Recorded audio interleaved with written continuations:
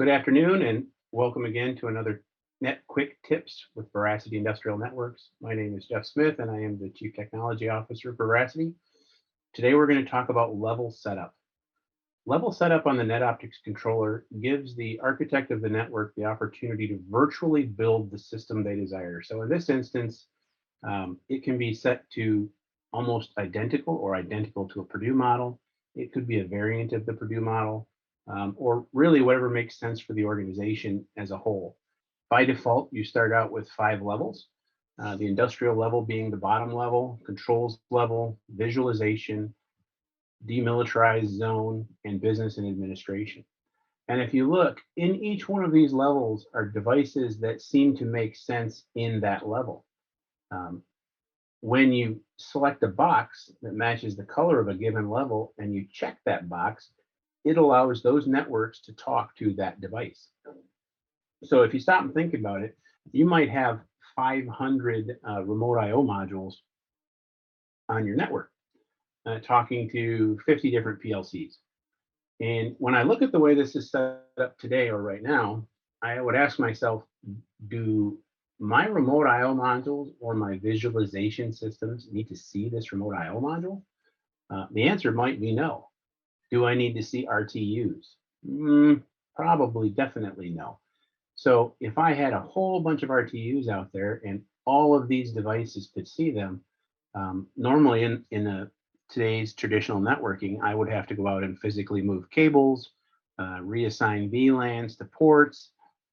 It would take quite a bit of time, quite a bit of energy, and quite a bit of labor to do all of those adjustments. In the case of NetOptics, because this is a software-defined network, and I have the ability to make changes to my network, I can come in here, grab the RTU, and drop it down here. And when you do that, anything that was up here that was attempting to communicate with this, because the blue box is not checked on the layer 3, can no longer talk to these RTUs.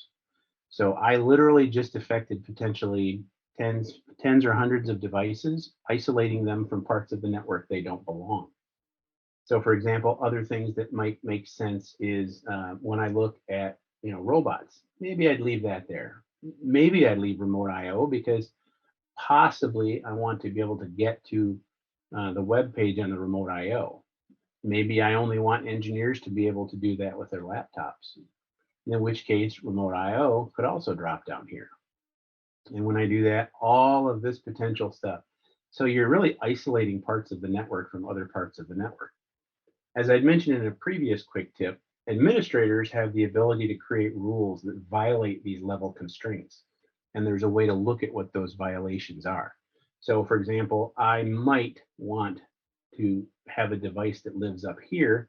Maybe it's a PC. So if I come over to my list here and I grab some other type of device, a server, maybe I want a server up here, at least temporarily or for some reason. I'm not saying what that reason might be because it would vary from customer to customer.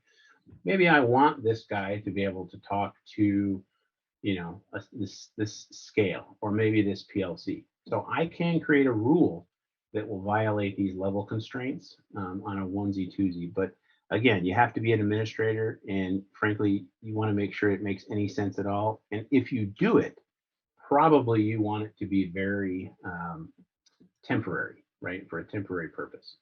Well, that's all we have for today. Thanks again for viewing, and we'll talk to you later.